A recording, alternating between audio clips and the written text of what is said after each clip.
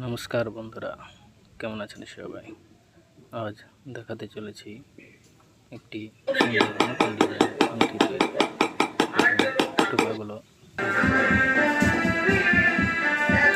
সব কাজের আগে টোপা তৈরি করতে হয়, আর এটা প্রায় প্রতি কাজে ব্যবহার হয়ে থাকে।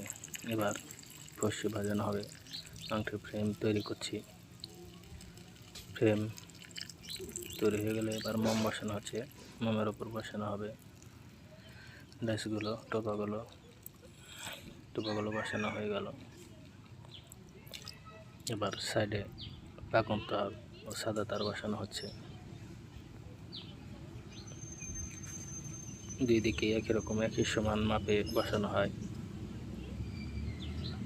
এবার মিডিল পিস তৈরি করে বসানো হচ্ছে।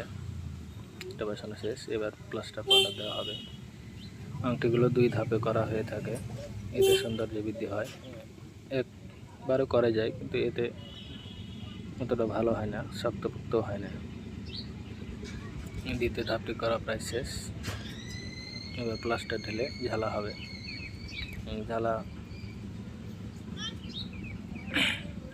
ঝালা হচ্ছে। এবার ঝালা হয়ে গেলে এতে ডাল ভিড়ানো হবে,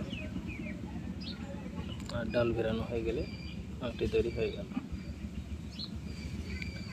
তো আমার ভিডিও যারা পছন্দ করেন তারা অবশ্যই লাইক, কমেন্ট, শেয়ার করে দেবেন।